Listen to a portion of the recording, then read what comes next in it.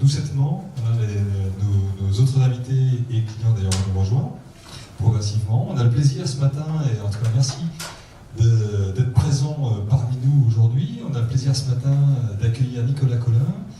Alors, j'ose dire, on ne le présente plus, mais on le présente quand même, hein, parce que d'abord, ça nous fait plaisir d'accueillir. Ça fait déjà de nombreuses années, en tout cas quelques années, qu'on dialogue ensemble, qu'on travaille ensemble, qu'on phosphore, je dirais, sur la compréhension de ce qui est en train d'émerger. On a l'habitude de dire chez Nextdoor en particulier, mais pas que chez Nextdoor, hein, que fondamentalement, le monde n'est pas en train de changer, hein, le monde a changé.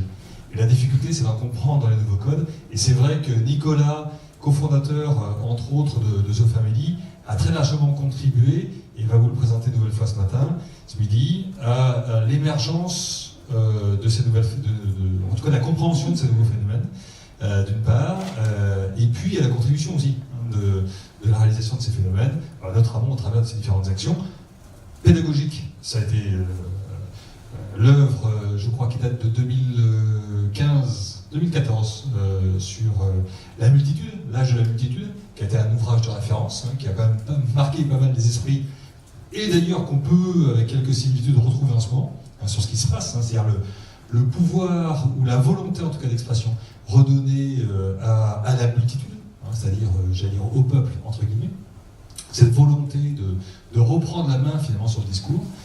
On peut le voir en politique, mais on peut le voir aussi dans la vie de tous les jours, et notamment d'ailleurs dans le business de toutes nos entreprises. Alors Nicolas est également ex-inspecteur des finances, ça il y a déjà quelques années maintenant, et puis auteur de nombreux autres ouvrages, fondateur, dont l'un qui va vous être présenté ce matin, fondateur donc The Family, j'en parlerai. Peut-être que tu pourras dire quelques mots de The Family, parce que c'est vrai que même l'environnement de The Family, et je sais qu'un grand nombre d'entre vous connaissent cette entreprise, je ne sais pas d'ailleurs si on peut l'appeler entreprise, mais en tout cas cette association, non pas au sens associatif du terme, ce regroupement de compétences a largement évolué, hein, a fait émerger aussi cette tendance autour des startups, entre autres, et la façon dont on pouvait les accompagner, avec un modèle 100% privé. Ça c'était quand même à l'époque, en 2013, je crois de mémoire, la création de The Family, c'était quand même un point extrêmement important, très inspiré d'ailleurs d'un monde anglo-saxon qui était à l'époque très inconnu sur le territoire parisien, entre autres. Voilà, donc tous ces phénomènes-là sont aujourd'hui quelque part déjà enclenchés, déjà engagés, simplement on est dans un processus d'accélération. La ligne de crête a été passée, l'accélération aujourd'hui est gérée dans la compréhension de tous les acteurs d'une part, et puis même dans les mécanismes sur le marché, d'autre part, sont déjà très actifs. Voilà. Donc, et Nicolas me fait le plaisir ce matin de partager avec vous, donc c'est forcément très interactif, hein, de voir quelle est aussi votre appréhension des choses. Hein. Donc n'hésitez pas, soyez cash, j'allais dire comme d'habitude, mais en tout cas expressif. Vous avez la chance d'avoir Nicolas avec vous ce matin, ce qui est quand même assez rare, donc n'hésitez pas à lui poser toute forme de questions, y compris les plus disruptives possibles. Voilà. Merci en tout cas. Merci Philippe. Merci pour votre invitation, merci d'être là. Donc, moi, j'ai maintenant une assez longue carrière dans le numérique, en fait, mais qui a pris différentes formes au fil du temps. À l'origine, j'ai une formation qui m'a baigné là-dedans très tôt d'ingénieur télécom. J'étais étudiant dans une école qui s'appelle Télécom Bretagne entre 96 et 2000, c'est-à-dire en pleine bulle des dot-com dans les années 90, à une époque où on se disait que une nouvelle économie était devant nous, qu'elle avait tout changé, et puis au moment même où on est sorti de l'école, diplôme en main, la bulle a éclaté et tout est redevenu comme avant. Et donc j'ai passé du coup une petite dizaine d'années sans vraiment me réintéresser au numérique, parce qu'on pensait que la bulle ayant éclaté, on s'était en quelque sorte fait avoir, et il n'y avait pas vraiment de place pour cette nouvelle économie qu'on nous avait fait miroiter pendant un temps. Et puis ensuite, il y a une succession d'événements qui se sont bien enchaînés et qui m'ont replongé dans le bain et qui m'ont amené là où je suis aujourd'hui. C'est-à-dire, j'étais inspecteur des finances. Comme on fait souvent à l'inspection générale des finances, on tient la plume pour des commissions qui planchent à la demande du gouvernement sur des questions de politique publique. Et l'une de ces missions, c'était une mission qui s'appelait la mission Zenly, qui s'intéressait à l'avenir de la musique, de l'audiovisuel, de l'édition, du cinéma, dans une économie de plus en plus numérique. Et donc moi, j'ai coécrit le rapport de cette mission Zenly, ce qui m'a permis de rencontrer énormément de gens dans les industries de contenu, mais aussi dans le monde du numérique, les entrepreneurs, les investisseurs. Et tout ça, de fil en aiguille, m'a amené à quitter l'administration pour créer une start-up, revenir dans l'administration, mais en ayant écrit cet ouvrage, L'âge de la multitude, avec Henri Verdier, et donc ayant signifié une expertise sur ces sujets-là, on a commencé à me confier des travaux dans l'administration sur le numérique. J'ai beaucoup travaillé sur la fiscalité de l'économie numérique. Et puis finalement, je suis reparti une deuxième fois de l'administration pour cofonder The Family, qui, pour le présenter assez simplement, The Family, c'est une holding de participation. Donc on prend des parts dans des entreprises, si possible très tôt dans leur existence, pour immédiatement les mettre sous la pression qui va bien, les mettre sur les bons rails et apprendre à connaître les entrepreneurs dans un alignement d'intérêts. Et ça nous permet, nous, de voir émerger en fait, des futurs champions. Et de monter à leur capital pour essayer de devenir pour eux des actionnaires stratégiques de long terme, bref, être à leur côté sur le long terme. Alors tout ça se fait, donc moi je suis venu au numérique en écrivant sur le numérique, comme inspecteur des finances, et depuis j'ai jamais cessé d'écrire, pour plein de raisons. D'abord parce que écrire ça force à se clarifier les idées, à clarifier sa pensée, et puis ensuite écrire ça permet de nourrir le marketing d'une société d'investissement comme The Family. C'est-à-dire l'une des raisons pour lesquelles les gens nous connaissent, pour lesquelles les entrepreneurs viennent à nous, pour lesquelles les grandes entreprises s'intéressent à nous, c'est qu'en général, ils entendent parler de nous par le contenu qu'on produit, donc des conférences qu'on filme en vidéo et qu'on met sur YouTube, des billets de blog qu'on publie sur notre blog, ou bien des ouvrages qui sont coécrits par les uns et les autres. Et donc moi, j'ai poursuivi un peu dans cette veine en écrivant cette année avec Laetitia Vito un ouvrage qui s'appelle « Faut-il avoir peur du numérique ?» et que je vais vous présenter ce matin à travers quelques instantanés, quelques extraits de l'ouvrage.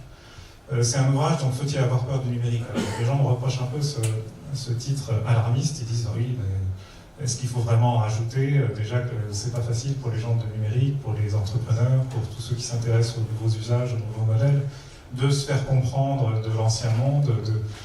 Si en plus on insiste sur le fait que ça fait peur, ça va encore compliquer les choses.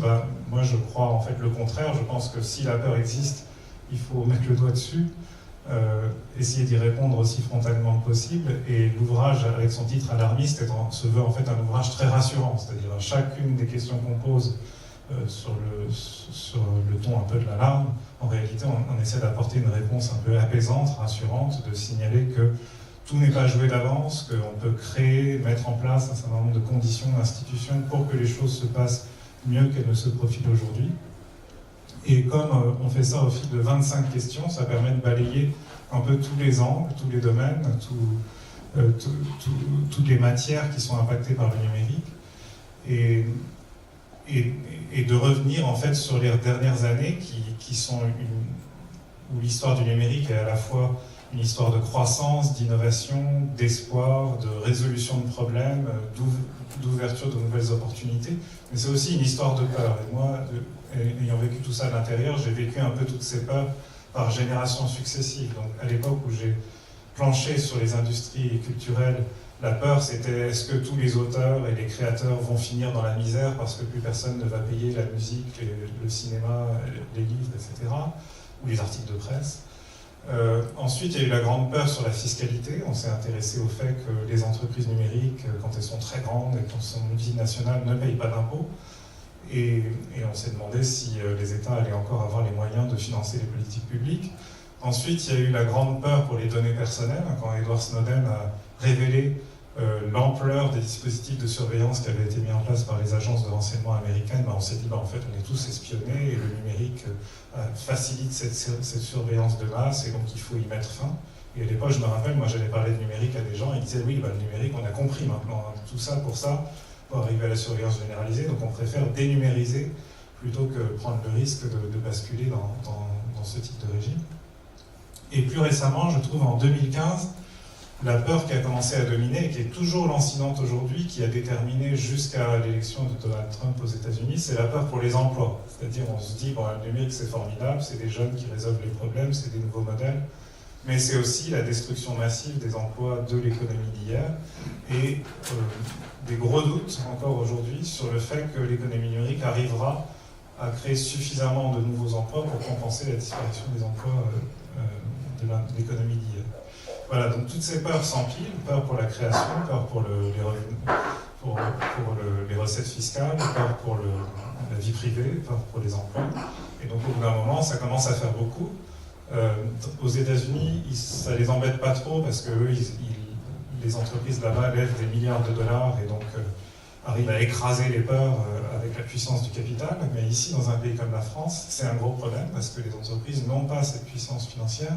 Donc elles ne peuvent pas payer des groupes de presse, des lobbyistes, des avocats, des communicants pour apaiser les peurs. Et donc c'est à nous, investisseurs, The Family en particulier, de faire le travail, de rassurer, de montrer que ces startups qui se lancent ne sont pas là pour tout détruire sur leur passage, elles sont là pour construire un monde meilleur, à condition qu'on crée autour d'elles et avec elles les institutions qui vont permettre de rendre tout ça plus inclusif et plus soutenable.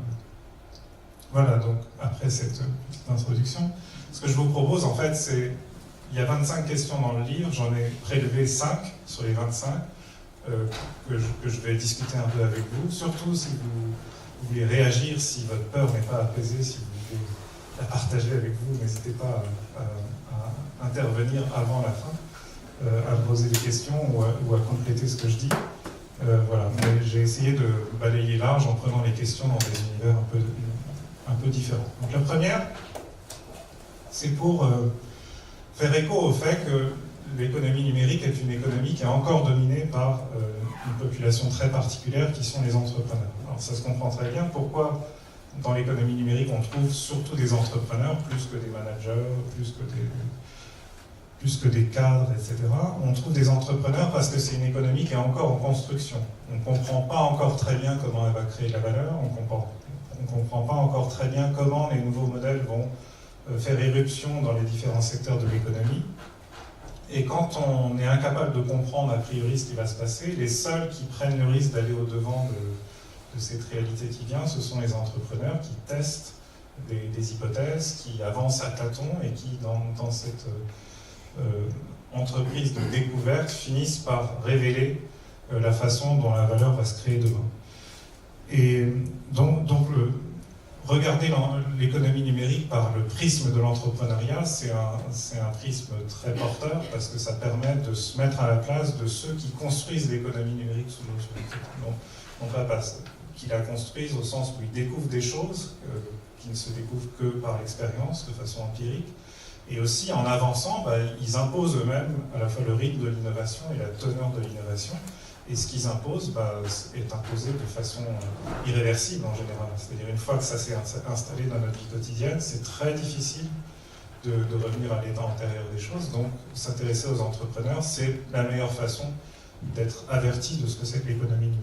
Et quand on s'intéresse aux entrepreneurs, on est frappé par ce contexte dans lequel ils développent leurs entreprises, c'est-à-dire un contexte qui, vu de loin, ressemble à une bulle spéculative. Pourquoi ? Parce qu'une entreprise dans l'économie numérique, c'est une entreprise qui s'amorce avec un peu de capital, qui grandit, qui met au point son produit, qui lève à nouveau du capital, qui conquiert un premier segment de marché qu'on appelle les early adopters, qui lève ensuite à nouveau du capital pour financer sa croissance, et puis une fois qu'elle commence à s'installer en position dominante, elle lève encore du capital pour finir d'écraser ses concurrents et pour devenir le leader incontesté sur un marché qui en plus s'est en général développé à l'échelle globale.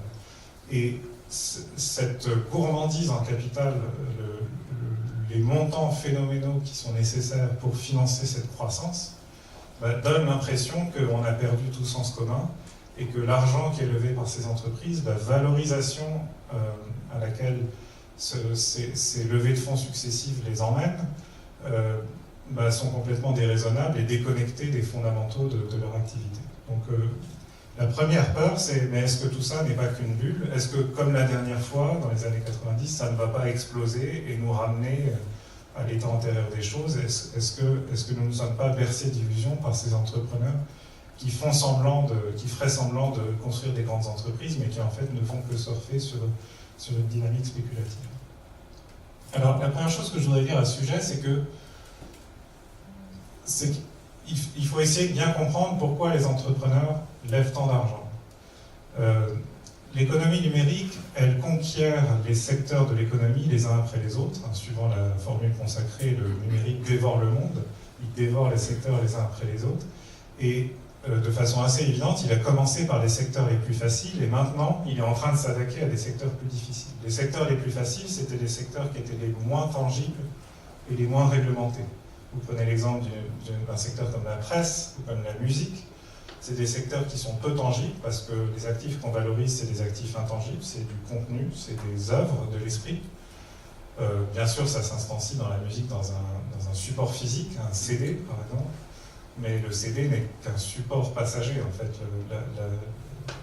L'actif qu'on valorise, c'est l'œuvre qui est fixée sur le support, et cette œuvre, elle peut être valorisée dans d'autres modèles beaucoup plus intangibles. Donc la musique, c'est facile à dévorer pour le numérique, parce que c'est déjà une économie de données et d'informations. En plus, ces secteurs-là, c'est des secteurs qui sont peu réglementés par rapport à la moyenne de l'économie. Alors on pourrait se dire, mais quand même, il y a le droit d'auteur, etc., ou la presse, c'est un secteur extrêmement réglementé. En fait, ces réglementations ne sont pas grand-chose. Par rapport à la réglementation d'un secteur comme les taxis, comme la banque, comme la santé. Bref, la musique, c'est facile à conquérir pour un entrepreneur de l'économie numérique. Et ce n'est pas du tout un hasard si les premiers entrepreneurs se sont d'abord lancés à l'assaut de secteurs comme la publicité, la musique, la presse, la vidéo. Parce que, en gros, c'est intangible, c'est peu réglementé, c'est facile à prendre, et c'est là qu'ont grandi les premiers géants.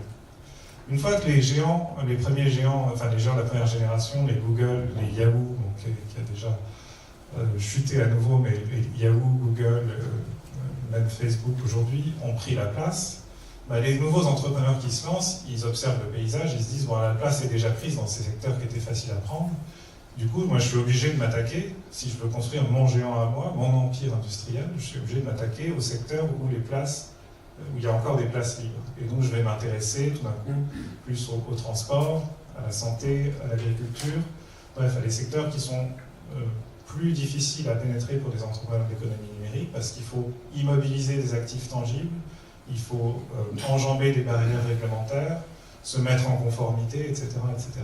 Et donc, ça coûte plus cher. C'est-à-dire, de façon contre-intuitive, l'économie numérique n'a pas de courbe d'expérience, ça ne coûte pas de moins en moins cher de construire des très grandes entreprises numériques, ça coûte de plus en plus cher, parce que celles qu'on construit aujourd'hui sont dans des secteurs qui sont plus difficiles à transformer. Et donc je vous donne ici l'exemple de Uber, vous avez le CEO d'Uber, Travis Kalanick. Pourquoi Uber a levé à ce jour plusieurs milliards de dollars? Pourquoi Uber est valorisé 60 milliards de dollars? C'est pour deux raisons. C'est que d'abord, ils ont besoin de tout cet argent pour dévorer un secteur aussi tangible, compliqué, réglementé que le transport de personnes en ville. C'est avec cet argent-là qu'ils peuvent subventionner les premières causes quand ils s'installent dans une ville, qu'ils peuvent payer des bataillons d'avocats pour affronter les lobbies qui défendent les réglementations corporatistes, qui peuvent communiquer activement en direction des dirigeants politiques pour obtenir leur bienveillance quand ils cherchent à se développer. Bref, ils ont vraiment besoin de cet argent-là parce que c'est un secteur compliqué. La deuxième raison pour laquelle la valorisation s'élève jusqu'à ces niveaux apparemment délirants, c'est qu'il y a deux façons de voir Uber. Première façon, c'est on se dit, Uber c'est une solution de substitution au taxi, et donc c'est une entreprise qui rentre sur le marché des taxis, dont la taille à l'échelle mondiale est d'environ, je crois, une centaine de milliards de dollars. En fait, si vous faites la somme de toutes les sociétés de taxi et artisans taxi de toutes les villes du monde entier, vous faites la somme de leur chiffre d'affaires annuel, ça représente un marché de 100 à 200 milliards de dollars. Alors on se dit, c'est compliqué de valoriser une entreprise qui rentre sur ce marché 60 milliards de dollars, parce que si vous faites les calculs, vous ramenez ça à des multiples d'EBITDA, etc., c'est pas très cohérent. Mais vous pouvez adopter un prisme un peu différent et réaliser que l'irruption d'Uber sur le marché du taxi ne fait pas que prendre du chiffre d'affaires au taxi, ça provoque aussi des changements profonds des pratiques de déplacement et de transport et de mobilité en ville. Ce qu'on commence à observer là où Uber est déjà puissant et bien implanté, notamment en Californie, c'est que de plus en plus de gens, parce qu'il y a Uber, parce que c'est pas cher, que c'est pratique, que c'est fiable, on attend très peu son chauffeur quand on passe la commande, qu'on peut tracer les déplacements. Donc du coup, on peut commencer par exemple à confier ses enfants à un chauffeur Uber parce qu'on peut suivre en temps réel le déplacement et vérifier qu'il ne s'échappe pas du parcours tracé d'avance pour kidnapper vos enfants et les envoyer en série. Bref, il y a tout un environnement de confiance, de fiabilité, de fluidité de l'expérience utilisateur qui fait que les gens se mettent à utiliser Uber beaucoup plus qu'ils n'utilisaient le taxi auparavant. Et du coup, ça modifie leurs arbitrages. Parce qu'ils utilisent plus Uber, ils vont moins recourir à leur véhicule personnel. Et parce qu'ils recourent moins à leur véhicule personnel, ils vont se mettre à moins posséder de véhicules personnels. Comme on est aux États-Unis, ça veut dire que les gens qui ont 3 voitures pour un foyer, ils vont en avoir plus que 2. Les gens qui ont 2 voitures pour un foyer, ils vont en avoir plus qu'une. Et les gens qui n'ont plus qu'une voiture, ils vont parfois renoncer à posséder leur voiture parce qu'ils habitent en ville, dans une zone urbaine, ils font tous leurs déplacements avec Uber et ils n'ont plus besoin d'immobiliser cet actif, la voiture, de payer une place de parking, etc. etc. Et même les plus jeunes, du coup, n'ont même plus besoin de passer leur permis de conduire. Et parce qu'ils ne passent pas leur permis de conduire, ce sont des clients qui sont perdus pour toujours pour l'industrie automobile. Donc les gens regardent ça, notamment les investisseurs dans Uber. Quand on leur dit « mais vous êtes en train de brûler votre argent ou de le jeter par les fenêtres en investissant à cette valorisation-là », ils disent « pas du tout ». Moi je regarde Uber, ce que je constate c'est que Uber n'est pas seulement en train de grignoter des parts de marché au taxi, Uber est en train de grignoter des parts de marché à toutes les entreprises de la propriété automobile. Les constructeurs automobiles, les assureurs, les garagistes, bref, tout l'univers de la propriété automobile, et ça c'est pas un marché de 100 à 200 milliards de dollars dans le monde entier, c'est un marché de 6 000 milliards de dollars dans le monde entier. Donc si vous voyez Uber comme une entreprise qui ne rentre pas sur le marché des taxis, mais qui rentre sur le marché de la propriété automobile, 60 milliards de dollars pour une entreprise qui a vocation à dominer un jour ce marché de 6 000 milliards de dollars, c'est pas du tout déraisonnable. Et donc vous comprenez pourquoi l'ancrage des valorisations en fait, change radicalement suivant l'angle sous lequel vous regardez Uber. Si vous raisonnez en économie traditionnelle divisée en secteurs bien délimités les uns par rapport aux autres, la valorisation est incompréhensible. Si vous réalisez l'ampleur des transformations d'usage et de pratique et le fait que le périmètre des marchés est redessiné, tout d'un coup, ça commence à faire sens. Ensuite, derrière la raison pour laquelle les entreprises numériques sont valorisées, c'est qu'elles ont une propriété particulière dans leur modèle d'affaires qu'on appelle les rendements croissants. Alors ça, c'est la microéconomie. Je ne sais pas qui est familier ici de la notion de rendement croissant. Effets de réseau, peut-être. Les effets de réseau sont une catégorie particulière de facteurs de rendement croissant. Alors, les rendements croissants, c'est assez simple à comprendre. Imaginez, vous avez tous couru un jour dans votre vie, vous faites du jogging, des semi-marathons, des marathons, bref. Imaginez que plus vous courez, plus vous allez vite. Et plus ça devient facile de courir. Ça, c'est les rendements croissants. En général, les entreprises dans l'économie d'hier, elles étaient comme nous tous, c'est-à-dire plus elles couraient, plus elles s'essoufflaient, et au bout d'un moment, elles s'arrêtaient.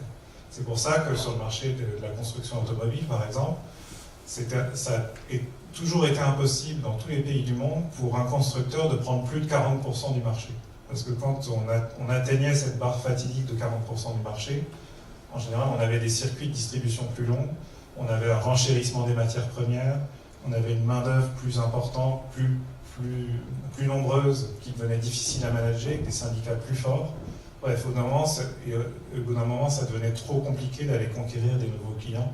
Il valait mieux s'arrêter de grandir, se concentrer sur l'efficience de ses opérations et consolider sa marge.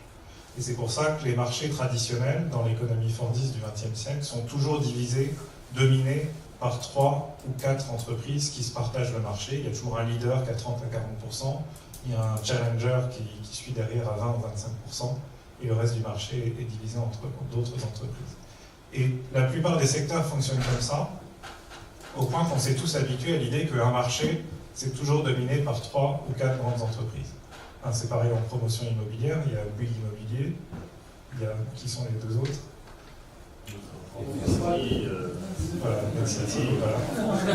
Voilà, voilà. Sur un marché numérique, les modèles d'affaires des entreprises ont cette propriété différente, les rendements croissants, qui fait que celui qui se met à courir plus vite, il accélère et il finit par distancer de façon assez spectaculaire tous ses concurrents. Et il ne s'arrête en général, il faut bien s'arrêter un jour quand même, on ne peut pas accélérer à l'infini, il s'arrête quand il a conquis tout le marché, qu'il est en position dominante, voire qu'il s'est installé dans ce qu'on appelle un monopole naturel. Et ça, pourquoi? Parce que dans son modèle d'affaires, le fait qu'il exploite les technologies numériques, le fait qu'il collecte beaucoup de données, qu'il nourrisse des algorithmes de machine learning, le fait qu'il y ait des effets de réseau, c'est-à-dire que plus il a de clients, plus son service a de valeur pour les autres clients. Il y a plein de paramètres comme ça dans le modèle d'affaires des entreprises numériques qui fait que plus elles grandissent vite. Et que celles parmi tous les concurrents sur un marché qui sort du lot à un moment donné, commence à creuser l'écart avec ses concurrents et finit par rester seul sur son marché. Et donc quand vous êtes investisseur, que vous voyez que le moment est venu de dévorer le secteur du transport de personnes en ville, vous regardez toutes les entreprises numériques qui sont en lice, vous essayez de détecter celle qui est le futur gagnant. Parce que cette entreprise-là, le futur gagnant, elle finira par prendre tout le marché et toutes les autres finiront par disparaître. Donc si vous êtes investisseur, s'il y a le moindre indice que l'entreprise qui va gagner, c'est Uber, vous voulez absolument déployer du capital dans Uber. Donc vous allez frapper à la porte d'Uber, vous dites, écoutez, on a l'impression que c'est vous le futur gagnant, donc comme vous serez seul sur le marché d'ici quelques années, du fait des rendements croissants de votre modèle, c'est chez vous qu'on va investir et chez aucun autre. Uber dit, écoutez, vous n'êtes pas le premier, il y en a 10 autres qui sont venus me faire la même proposition, donc si vous voulez que ce soit vous, faites-moi une offre, faites monter le prix. Et c'est pour ça que, en présence de rendements croissants, comme les investisseurs à un moment donné savent quelle est l'entreprise qui va gagner, qui veulent tous investir dans la même entreprise, ils font monter les enchères et ça emmène la valorisation à des niveaux très très élevés. En gros, vous avez à un moment donné toutes les entreprises sur la même ligne de départ, et puis à un moment donné, le gagnant qui commence à sortir du lot, et à ce moment-là, la valeur de ceux qui ne sont pas les gagnants tend vers zéro, et la valeur de celui qui se profile comme le futur gagnant tend vers l'infini. Et donc ça dérègle tous les modèles financiers auxquels on a été habitué dans une économie où les entreprises se font concurrence en oligopole, comme sur le marché de la construction automobile. Donc là, pardon, la photo était juste un prétexte, c'est un économiste qui s'appelle Brian Arthur, qui est l'un de ceux qui a beaucoup écrit sur l'économie des rendements croissants et qui a montré, avec plein de formules mathématiques très compliquées, que les dynamiques concurrentielles sur les marchés de rendement croissant sont radicalement différentes de celles qu'on a connues ailleurs, et ça se reflète dans la valorisation des entreprises. Si vous savez qu'à l'arrivée, il n'y en aura qu'un, que toutes les autres vont mourir, le jour où ce futur gagnant commence à être bien identifié, sa valorisation va monter en flèche jusqu'à des niveaux qui n'ont aucun rapport avec les fondamentaux de son activité. Pour finir, sur les bulles, la résultante de tout ça, c'est que quand on regarde le phénomène de bulle apparente qui s'est fait jour depuis 2 ou 3 ans autour des grandes plateformes de l'économie à la demande, par exemple, on se dit l'économie numérique marche mal. Et la Silicon Valley, où cette bulle est portée à son paroxysme, est encore plus déréglée que le reste du monde. En fait, c'est tout l'inverse. Un écosystème comme la Silicon Valley, donc vous voyez ici un beau paysage, c'est où il y a des phénomènes d'emballement spéculatif autour d'entreprises qui se profilent comme les futurs gagnants, c'est un écosystème sain. Ça prouve qu'il y a énormément de capital à déployer et que le jour où un futur gagnant commence à émerger, ce capital se concentre sur le futur gagnant pour l'aider à passer la barre. Si vous êtes Uber, vous commencez à sortir du lot, vous êtes vu comme un futur gagnant, vous allez du coup pouvoir faire monter les enchères, lever énormément de capital, ce qui va vous permettre de d'auto-réaliser cette prophétie en fait. C'est-à-dire, grâce au capital que vous levez, vous allez concrétiser cette promesse d'être le futur gagnant parce que ça va vous permettre d'abattre les barrières réglementaires, de conquérir plus de marchés, etc. Et du coup, c'est comme ça qu'on fait grandir des belles entreprises. Si vous mettez à l'inverse dans un écosystème comme Paris, on dit ici à Paris, il n'y a pas de bulle, les investisseurs sont raisonnables et ils arrivent à maintenir la valorisation des entreprises suffisamment bas, c'est le signe d'un écosystème toxique. Ça prouve que si un futur gagnant commence à émerger, il n'y a pas assez de capital pour l'aider à amorcer la machine à générer des rendements croissants et à conquérir son marché à l'échelle globale. Donc souvenez-vous de ça, si ça peut vous rassurer. Quand on voit des bulles dans une économie numérique dominée par les rendements croissants, ça prouve qu'il y a suffisamment de capital pour financer les grandes entreprises de demain. Dans les écosystèmes où il y a suffisamment de capital, comme la Silicon Valley, ça génère des emballements spéculatifs passagers. Dans les écosystèmes où il n'y a pas de bulle, ça prouve qu'il n'y a pas assez de capital et que donc c'est pas là que probablement que les grandes entreprises de demain vont grandir. Ce qui est pas du tout une bonne nouvelle pour un écosystème comme le nôtre. Des questions là-dessus? Ou sinon je vais à la deuxième question que je voulais partager avec vous. Allez-y. À vous écouter, il y a une sorte de déterminisme quand même, quelque part. Oui. C'est un peu étonnant. De déterminisme. Pourquoi est-ce que quelqu'un comme Uber serait présenté tout à coup comme le number one, incontournable du transport de demain, alors qu'il pourrait y avoir un autre acteur qui demain va se dire tiens, parce qu'il serait bien, etc., qui fera du bien comme seul boucher. Vous voyez. Après, la difficulté, c'est que plus Uber grandit, plus c'est difficile de s'attaquer à Uber et de venir lui disputer sa position dominante. Après, ça ne veut pas dire que Uber est là pour l'éternité. Uber va peut-être, probablement, trébucher un jour, comme hier, Yahoo, qui était une entreprise dominante du marché des contenus et de la publicité en ligne, a trébuché et a dû laisser la place à Google. C'est la caractéristique de la concurrence sur les marchés à rendement croissant. Ça provoque des concentrations très féroces. Il y a à un moment donné une entreprise qui écrase tout sur son passage et qui finit par dominer le marché. Mais paradoxalement, cette position dominante est aussi très fragile, parce que c'est pas parce qu'une entreprise domine que les entrepreneurs cessent de rentrer sur le marché. Ils vont en permanence essayer de la titiller ou d'attaquer le marché sous des angles différents. Et pour maintenir sa position dominante sur le long terme, il faut une vision stratégique et des capacités d'exécution absolument phénoménales. Donc c'est pas tout à fait déterministe, c'est en partie déterministe parce qu'il y a cette dimension de prophétie autoréalisatrice, c'est-à-dire si je suis perçu comme le gagnant, je vais devenir le gagnant parce que le capital va m'aider à me développer. C'est pour ça qu'il y a toute cette presse spécialisée dans les levées de fonds. Pourquoi les startups communiquent sur leur levée de fonds? C'est parce que si je lève un peu d'argent, ça envoie le signal au marché que je suis peut-être le futur gagnant, ce qui va attirer d'autres investisseurs. Alors qu'a priori, une levée de fonds n'a pas grand intérêt en fait. Quand on lit tous ces articles sur les levées de fonds, on a envie de demander avez-vous des clients, faites-vous du chiffre d'affaires, faites-vous du bénéfice. Mais en réalité, c'est pas l'enjeu à ce stade-là. Si je communique sur ma première levée de fonds, c'est parce que j'espère créer une image de futur gagnant qui va me permettre de réaliser ma deuxième levée de fonds, et au bout d'un moment, cette prophétie deviendra autoréalisatrice. Donc c'est en partie déterministe dans cette dynamique des levées de fonds successives, mais c'est pas parce qu'on finit par dominer qu'on domine pour l'éternité. C'est le grand paradoxe, c'est-à-dire les positions sont moins dominantes dans l'économie fordiste, mais elles sont beaucoup plus solides. C'est très difficile de mettre General Motors sur la paille.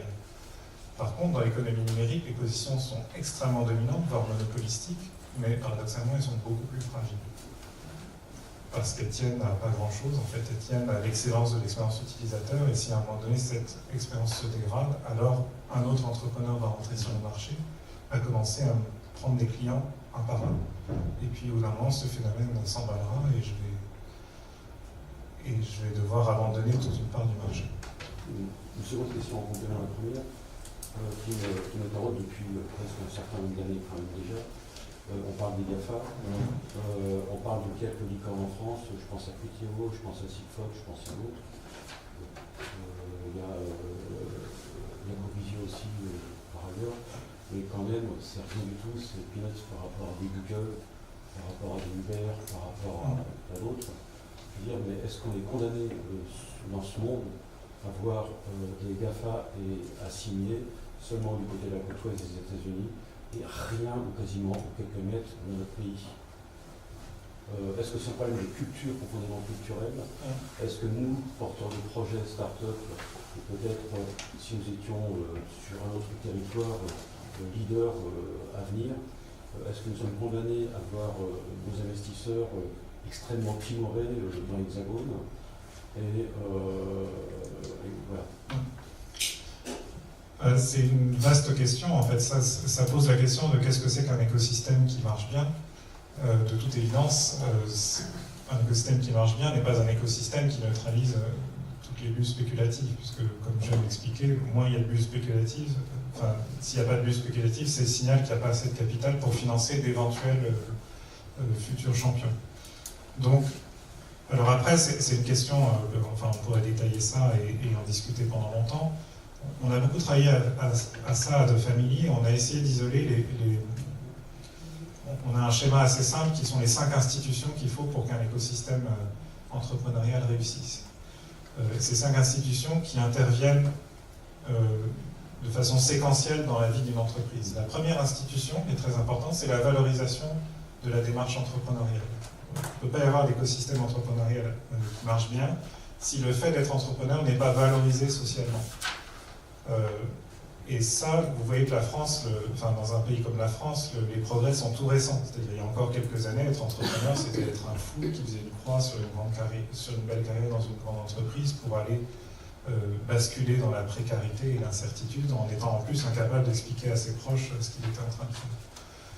Aujourd'hui, je dirais que la plupart des gens ne sont pas convaincus en leur fort intérieur que c'est une bonne chose d'être entrepreneur, mais il y a une sorte de pression sociale à la valorisation de l'entrepreneuriat. C'est quand vous croisez un entrepreneur, vous vous dites par devers vous, bon, pauvre type, ça doit être dur pour lui, bientôt il reviendra au bercail et il prendra un poste dans une entreprise normale, mais vous ne pouvez pas exprimer ça à voix haute. C'est plus socialement acceptable de dire du mal des entrepreneurs. Tout le monde se sent obligé de dire aux entrepreneurs c'est formidable ce que vous faites, quel courage, quelle ambition, etc. Et donc ça montre qu'on a franchi cette première étape, c'est qu'on a bâti une institution très importante, c'est qu'on est maintenant dans un pays qui valorise la démarche d'entreprendre. Alors la deuxième institution, c'est la mise sous pression des entrepreneurs. Parce que c'est une chose de dire je vais devenir entrepreneur, c'est formidable, je suis mon propre patron, je m'installe dans un espace de coworking, je ne porte plus de cravate, etc. On trouve ça très bien. Mais c'est une autre chose de travailler dur. En fait, le problème quand vous êtes entrepreneur, c'est que vous êtes un peu laissé à vous-même. Et si personne n'est là pour vous mettre sous tension, il ne va pas sortir grand-chose de votre désir d'entreprendre. Donc, dans un écosystème comme la Silicon Valley, la mise sous tension, elle résulte de l'écosystème lui-même. C'est-à-dire qu'il y a une culture qui fait que tout le monde se regarde en chien de faïence et ceux qui ne travaillent pas dur, ils sont détectés instantanément et complètement marginalisés. Et donc, il y a une sorte de pression sociale en faveur du travail acharné qui permet de faire sortir les entreprises de terre. Ici, en France, c'est encore un peu chancelant. C'est-à-dire, on a tellement appris la leçon qu'il fallait valoriser les entrepreneurs qu'on en est même à féliciter les entrepreneurs qui, en fait, font semblant d'être entrepreneurs, mais ne travaillent pas très dur à créer leur entreprise. C'est pour ça qu'on a créé une entreprise comme The Family, d'ailleurs. C'est pour installer les entrepreneurs dans un écosystème où c'est pas facile, où on les met sous pression, où on leur impose un niveau très élevé d'ambition, mais au moins ça leur permet de tirer une meilleure partie de leur volonté d'entreprendre. Ensuite, la troisième institution, c'est pour ceux qui ont réussi à faire sortir leur entreprise de terre, à amorcer la croissance de leur entreprise. Il y a un enjeu très important, c'est la sécurisation financière. Vous ne pouvez pas vous abandonner à la prise de risque extrême qu'est le pilotage de la croissance d'une entreprise numérique si vous n'êtes pas sécurisé financièrement. Ça veut dire deux choses. Ça veut dire qu'il faut pouvoir lever assez de capital pour financer votre croissance. Et ça, c'est pas possible dans un pays comme la France. Ça se voit au fait qu'on n'a pas de bulle spéculative. Et le deuxième élément de sécurisation financière, c'est que vous ne pouvez pas piloter la croissance de votre entreprise numérique comme il faut si vous n'êtes pas sécurisé patrimonialement dans vos finances personnelles. C'est pour ça que la Silicon Valley a mis au point une pratique très intéressante qui s'appelle le cash-out des fondateurs en série B. Donc vous savez que les tours d'investissement, c'est amorçage, série A, série B. Il y a une pratique assez répandue dans la Silicon Valley, c'est quand un investisseur entre en série B, il rachète une partie des parts des fondateurs avec la prime d'émission, de façon à leur permettre de s'acheter un appartement, de s'acheter une belle voiture, de mettre un peu d'argent de côté. Comme ça, ils sont tranquilles personnellement. Leur patrimoine n'est pas entièrement immobilisé dans l'entreprise. Et ça va leur permettre de faire prendre à l'entreprise des risques énormes qui sont la clé de sa réussite dans sa phase de croissance. Si vous n'êtes pas prêt à jouer la vie de votre entreprise à chaque étape, à chaque point d'inflexion, vous ne pourrez pas franchir ces étapes, en fait. La frilosité, vous allez vous imposer vous-même, vous empêchera de prendre les risques. Et donc, ce qu'a découvert la Silicon Valley, c'est qu'en fait, pour que les entrepreneurs prennent des risques à la tête de leur entreprise, il fallait les sécuriser dans leur situation financière personnelle et leur permettre de mettre un petit patrimoine de côté. Donc ça n'existe pas du tout en France. Donc ça prouve, du coup, je n'ai même pas besoin de vous dire les 4e et 5e institutions, ça prouve qu'on vient à peine de franchir la 2e étape. On sait valoriser les entrepreneurs et les mettre sous tension, mais on ne sait pas encore les sécuriser financièrement. Ce qui explique en partie pourquoi on n'a pas les aussi grandes entreprises aussi couronnées de succès que les Américains. J'avais juste une question par rapport à comment les autorités de la concurrence commencent à percevoir justement ces entreprises qui grandissent comme ça et qui deviennent monopolistiques.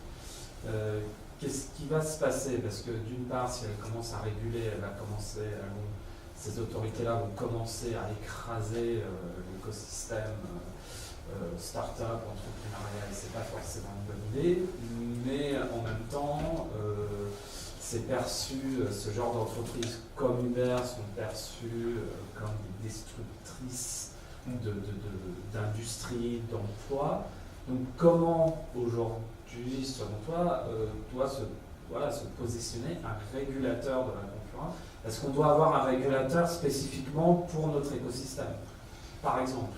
Alors, un régulateur antitrust, une autorité de concurrence, n'a pas à se soucier de la destruction ou de la création d'emplois. Ce n'est pas une considération d'antitrust. L'antitrust, en fait, les entreprises numériques passent assez facilement la barre de l'antitrust pour l'instant, en tout cas, parce que l'antitrust moderne, depuis les années 60, 70 environ, il s'est fixé sur une doctrine qui est assez simple, c'est qu'une position dominante est tolérable tant qu'elle ne porte pas atteinte aux intérêts du consommateur final.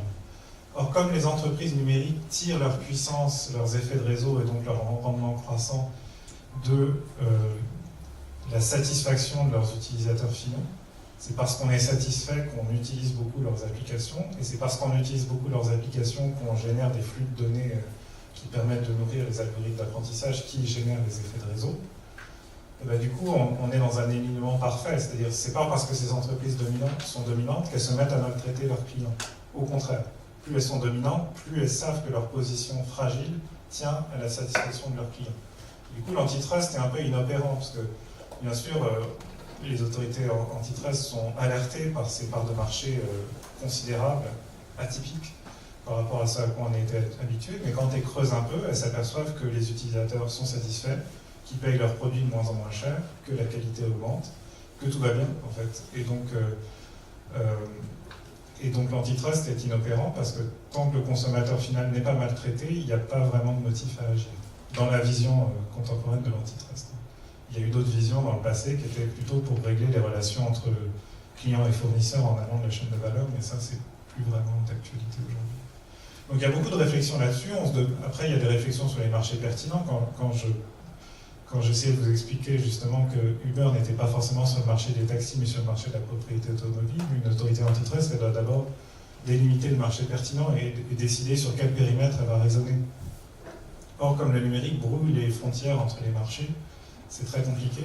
Donc il y a des gens qui pensent que l'antitrust doit s'intéresser à la collecte des données personnelles, que toutes les entreprises demain seront sur un seul et unique marché qui est le marché des données personnelles, et qu'il faudra juste s'assurer qu'il n'y a pas une entreprise qui collecte tout, empêchant les autres de le faire. Il y a aussi des raisonnements intéressants sur l'antitrust, sur les acquisitions de start-up. L'une des contraintes, l'une des forces qui s'exercent sur les entreprises aujourd'hui, c'est l'accès aux talents. Or, comme les grandes entreprises rachètent des start-up à tour de bras, elles captent les talents et elles empêchent leurs concurrents d'accéder à des ingénieurs de talent qui vont leur permettre de venir contester la position dominante. Et donc, du coup, est-ce qu'il faut imaginer une politique antitrust sur le marché de la M&A? Mais tout ça, c'est hyper prospectif comme réflexion, parce que c'est à milieu des raisonnements antitrust dans l'économie fordiste oligopolistique.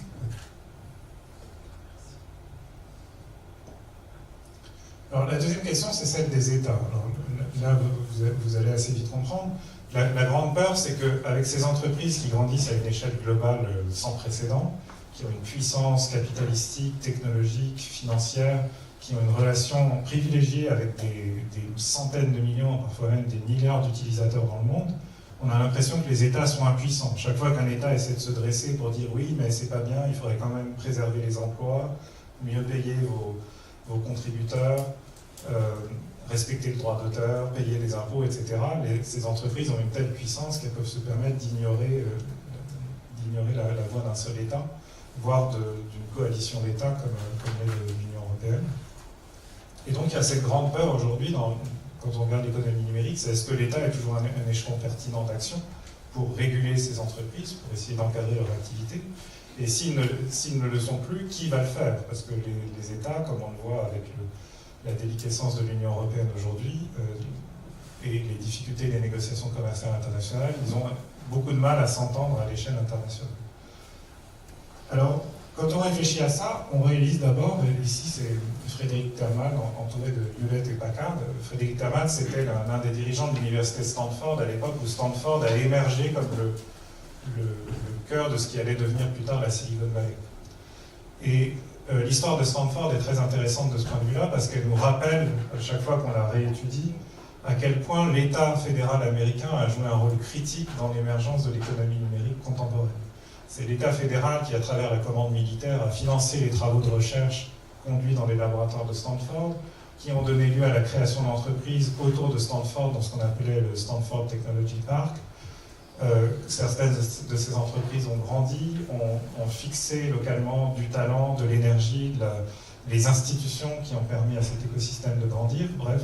Et ensuite, tous ces gens-là, les entrepreneurs de la Silicon Valley, se sont élancés sur cette immense plateforme Internet qui elle-même résultait de financement militaire américain depuis les années 60. Et donc, on est dans une situation un peu paradoxale d'une économie qui semble dépasser les États, mais qui en même temps doit tout, à l'origine, à la puissance publique et notamment à l'État fédéral américain. Alors, aujourd'hui, on a l'impression que ces entreprises ont pris leur indépendance. C'est assez fascinant d'observer l'économie politique aux États-Unis, la puissance de ces entreprises, la puissance financière, l'influence qu'elles ont sur les campagnes électorales. Elles peuvent financer. Vous savez que la Silicon Valley, en 2012, est devenue le premier donateur de la campagne de Barack Obama, en dépassant pour la première fois Wall Street et Hollywood comme bastion des soutiens du Parti démocrate. Et donc, alors bien sûr, là ça vient de changer de camp. Mais quand les démocrates étaient au pouvoir, la Silicon Valley avait une influence démesurée sur l'État fédéral américain grâce à ses bonnes relations avec les élus démocrates. Et du coup, l'État fédéral américain, à l'international, dans ses discussions avec les autres États, avait tendance à toujours prendre le parti de ces entreprises. Non seulement parce que c'était des entreprises américaines, mais en plus parce que c'était des entreprises qui finançaient les campagnes électorales des élus démocrates. Et donc, on a cette impression, quand on est en Europe, et en particulier en France, d'entreprises contre lesquelles on ne peut plus rien. C'est-à-dire, même quand on s'adresse aux pays dont elles dépendent, les États-Unis, parce qu'elles ont leur siège là-bas, les États-Unis nous disent circuler, il n'y a rien à voir. Il est hors de question que ces entreprises payent des impôts chez vous, il est hors de question qu'on les soumette à quelque régulation que ce soit, etc. etc.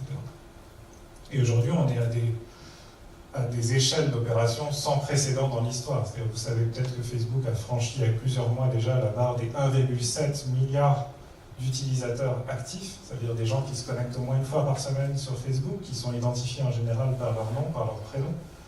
Il n'y a pas une entreprise dans l'histoire avant Facebook qui a eu une base de données de 1,7 milliard de clients identifiés par leur vraie identité avec un moyen de contact et voire des moyens de paiement.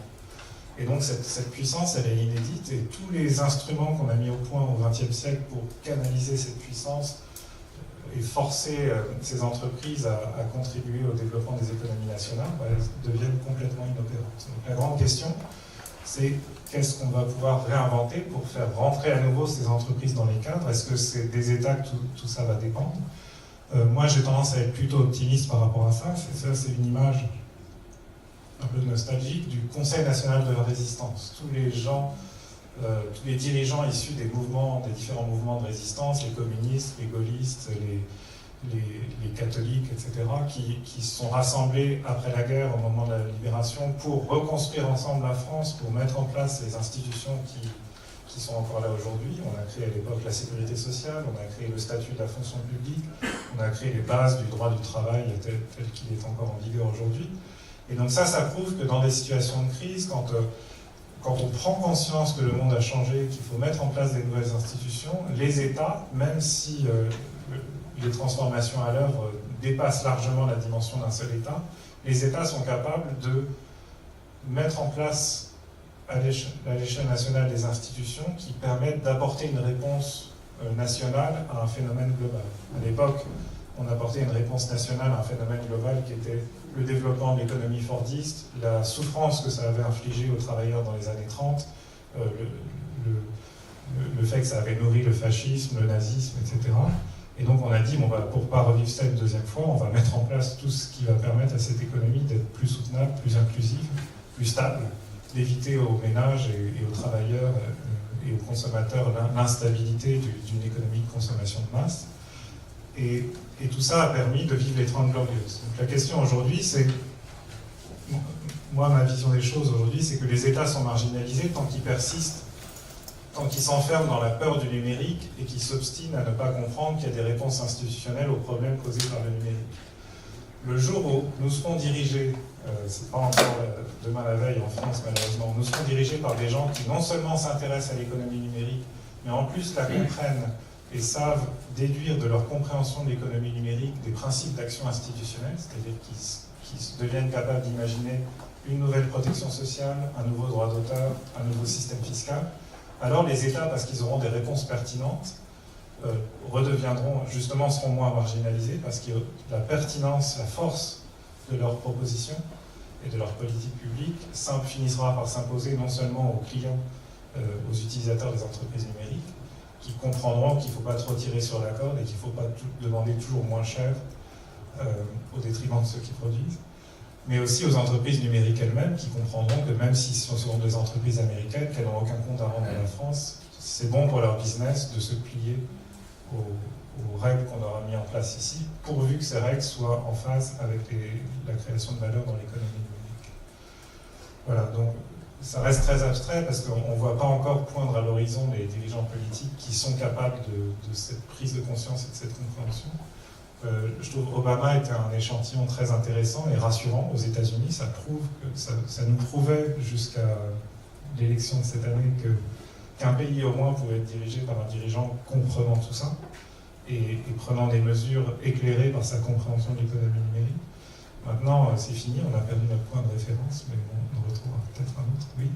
Mais justement, pour revenir sur ce point, est-ce que vous pensez que l'État doit être un État stratège en matière de filière numérique, comme il a été évidemment sur le nucléaire, depuis aujourd'hui, mais de ce type? Donc, en l'occurrence, est-ce que les éthiques, les BRD ou d'autres institutions au sein de l'État est assez musclé aujourd'hui, assez mature pour pouvoir prendre ce rôle-là au sein de le gouvernement et de la France globalement?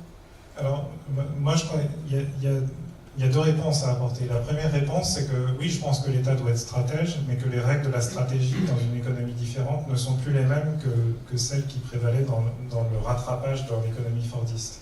L'État stratège dont on cultive la nostalgie en France, c'est un État qui a orchestré le rattrapage de l'économie américaine par l'économie française, dans une économie où il y avait de la place sur chaque marché pour plusieurs concurrents. Et donc, les Américains avaient Boeing, et nous, on a fait grandir Airbus. Les Américains avaient, j'en sais rien, GE, et nous, on a fait grandir Thomson. Et ça, c'était possible parce qu'on était dans une économie fordiste où sur chaque marché, il y avait plusieurs places à prendre pour plusieurs entreprises en concurrence à l'échelle globale. Dans l'économie numérique, il y a deux choses qui changent. D'abord, première chose qui change, c'est que sur chaque marché, il n'y a plus qu'une seule place à prendre. Et donc, il faut savoir que si on veut faire grandir notre Google ou notre YouTube, Quant et Dailymotion, il faut savoir qu'on est en lice pour dominer le marché à l'échelle globale. Qu'il n'y a qu'une seule place à prendre, c'est la première. Et qu'on ne peut pas être le challenger sur ce type de marché. D'ailleurs, ça ne marche pas. Voilà. Et Dailymotion s'écroule, etc. Donc ça, c'est la première révolution culturelle. Il faut savoir que si on veut faire grandir des grandes entreprises en France, ce doit être des entreprises qui visent la domination totale à l'échelle globale. Et donc, du coup, il faut savoir si on s'attaque aux entreprises numériques américaines déjà dominantes ou si on cherche à prendre les places qui sont encore à prendre dans des filières comme la santé, l'agriculture, etc. La deuxième chose qui change, c'est que dans l'économie fordiste, il suffisait pour imposer une grande entreprise sur un marché d'allouer beaucoup de capital dans l'immobilisation d'actifs tangibles.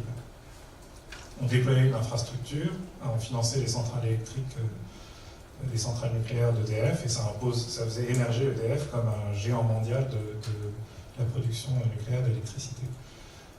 Aujourd'hui, dans l'économie numérique, ça ne suffit pas de faire ça, parce que vous pouvez allouer énormément d'argent et immobiliser des actifs tangibles. Si les utilisateurs ne viennent pas, vous n'arriverez pas à enclencher la spirale vertueuse des rendements croissants. Et donc, qu'est-ce que c'est qu'une politique industrielle aujourd'hui? Moi, j'emploie cette formule maintenant, je dis qu'il faut passer de la politique industrielle à la politique entrepreneuriale. La meilleure chance de faire grandir des géants, des champions nationaux, c'est de donner leur chance aux entrepreneurs qui sont capables de faire ça. Parce que seuls les entrepreneurs, pas l'État, seront capables d'aller chercher leur premier client, puis leur deuxième, puis 100 clients, puis 1000, puis 1 million. Bref, de grandir comme ça par étapes successives. L'État, il ne sait faire qu'une chose, il sait dépenser beaucoup d'argent pour immobiliser une infrastructure. Mais il ne sait pas orchestrer la conquête d'un premier utilisateur, d'un deuxième, d'un troisième, etc.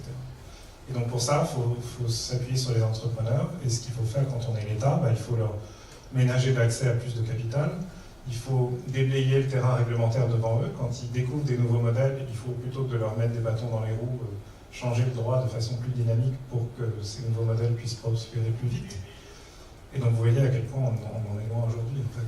Parce que ce n'est pas la réponse de boîte à outils de la BPI, qui se dit justement réseau social d'entreprise, et pas simplement une banque. Oui, mais la BPI, si on la prend au mot, on lui dit où est-elle quand des entrepreneurs français n'arrivent pas à faire grandir des boîtes, faute de pouvoir lever du capital, ou parce qu'ils se heurtent à des barrières réglementaires auxquelles ne sont pas confrontés leurs concurrents américains. Pendant que le concurrent américain écrase tout sur son passage, le concurrent français il doit se battre dans les ministères avec des lobbies, avec ceci, avec cela. Si la BPI tenait ses promesses, elle déblayerait le terrain devant les entrepreneurs. Et la deuxième réponse que je veux vous faire, parce que vous mentionnez la DISIC, c'est que c'est une chose pour l'État d'orchestrer le développement de l'économie numérique française, c'est une autre chose, à mon avis, plus importante, de s'occuper de transformer l'État lui-même. C'est-à-dire parfois l'État, on a envie de lui dire plutôt que de venir vous occuper des entrepreneurs, laissez les entrepreneurs faire ce qu'ils savent faire avec les investisseurs, et occupez-vous de transformer vos administrations, vos services publics, ne serait-ce que pour montrer l'exemple.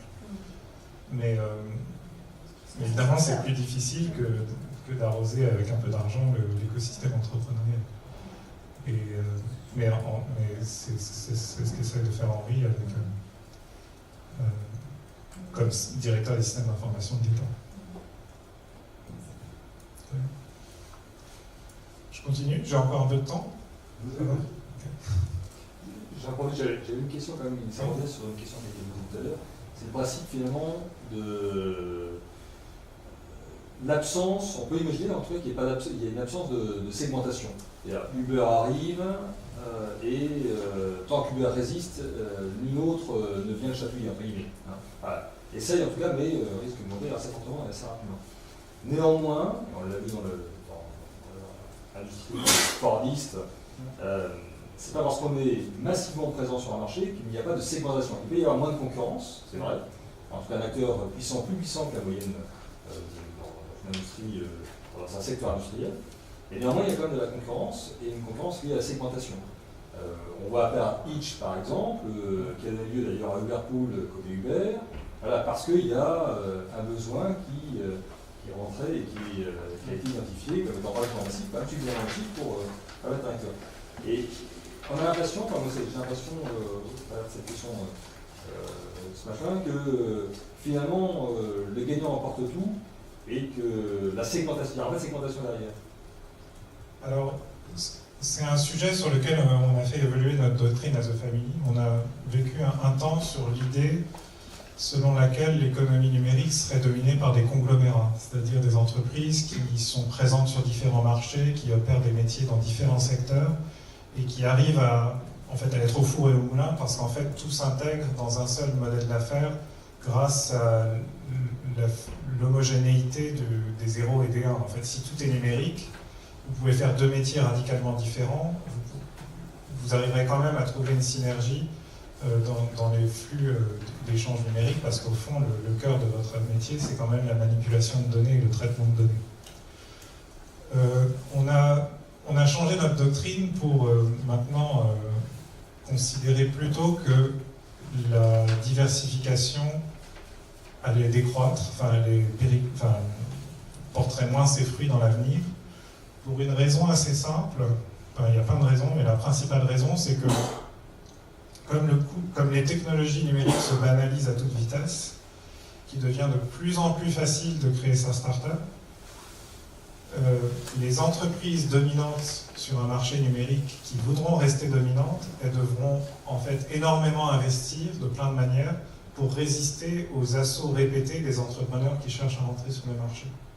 Et comme ça devient de plus en plus facile de créer sa start-up, d'amorcer son activité, il y aura de plus en plus d'entrepreneurs qui vont rentrer en permanence pour essayer de venir capter une partie de l'activité sur un marché, bien qu'il soit dominé par une grande entreprise numérique. Et donc l'exemple de Uber et de Hitch, c'est un bon exemple, c'est-à-dire Uber, en théorie, écrase tout, et donc quand Hitch s'est lancé en 2013, nous, as a family, comme d'autres, parce que Hitch est une entreprise de notre portefeuille, mais nous, as a family, comme d'autres, on leur a dit, mais à quoi bon lancer un énième service de transport avec chauffeur, puisque Uber est déjà là et qu'ils ont levé plein d'argent et qu'ils vont tout écraser sur leur passage et qu'ils finiront par prendre tout le marché. Et les entrepreneurs de Hitch ont dit, si, mais on y croit quand même, et d'ailleurs il y a un créneau qu'on a identifié sur lequel Uber ne convient pas, c'est en gros ramener les jeunes qui sortent de boîtes de nuit chez eux, dans leur banlieue lointaine. Et pourquoi Uber ne répond pas vraiment aux besoins de ce segment-là? Parce que ce sont des jeunes, ils n'ont pas forcément de carte bancaire, donc ils ne peuvent pas vraiment rentrer dans le système de paiement d'Uber. Et puis Uber est un peu trop cher, malgré que ce soit moins cher. Et voilà, et donc ce qui semblait un créneau évident pour Uber, parce que les taxis ne servent pas ce segment-là. Aucun chauffeur de taxi ne veut ramener un jeune bourré dans sa banlieue lointaine. Et ben en fait, il y a une manière plus communautaire, moins chère, plus dans un esprit de partage, plus convivial, de traiter cette clientèle. Et l'expérience montre que c'est probablement très difficile pour Uber de gérer ces deux modèles au sein de la même entreprise. Non pas parce qu'ils ont essayé et que ça a échoué, mais parce que en fait, l'esprit, le mindset n'a tellement rien à voir que dans une entreprise aussi militaire et aussi processée qu'Uber, qui est quand même une énorme entreprise américaine avec tous les défauts que ça a, ce serait très difficile d'aménager ce segment de convivialité avec un mindset radicalement différent pour occuper ce segment du marché. Du coup, ça crée une opportunité de rentrer et ça crée une tension concurrentielle, mais qui n'est pas sur le même marché parce qu'on se dispute les mêmes clients. Mais c'est juste qu'un jour, Hitch, s'ils ont grandi suffisamment sur ce segment d'amorçage, peut-être qu'ils se poseront la question de diversifier leur activité et d'arriver avec leur mindset différent sur le marché plus large du transport aujourd'hui occupé par Uber. Donc on va retrouver ces tensions concurrentielles à mesure que l'économie numérique arrive dans ces secteurs plus tangibles, plus réglementés, où du coup c'est plus difficile de tenir la position, où les startups seront de plus en plus faciles à lancer et donc la pression entrepreneuriale sera de plus en plus forte, même sur des marchés déjà dominés par une entreprise. Et donc c'est pas la fin de l'histoire, c'est-à-dire on verra bien, si ça se trouve on va recréer des oligopoles, mais qui ne ressembleront pas aux oligopoles d'avant parce que on ne se partagera pas les parts d'un même marché, mais on segmentera le marché de façon un peu instable, avec une pression permanente à grignoter sur le segment du voisin. C'est encore un peu tôt pour le dire. En tout cas, notre doctrine maintenant est claire, c'est qu'on ne croit plus à la diversification, on pense que l'avenir est aux entrepreneurs qui se concentreront durablement sur un problème à résoudre, qui seront capables de faire évoluer leur business model pour mieux résoudre ce problème. Et les entrepreneurs qui chercheront, comme l'ont fait les premiers conglomérats comme Google, etc., à résoudre plusieurs problèmes différents sur plusieurs marchés différents, finiront par se casser les dents et à se poser des questions et à se restructurer. d'ailleurs comme l'a fait Google en se transformant en Alphabet.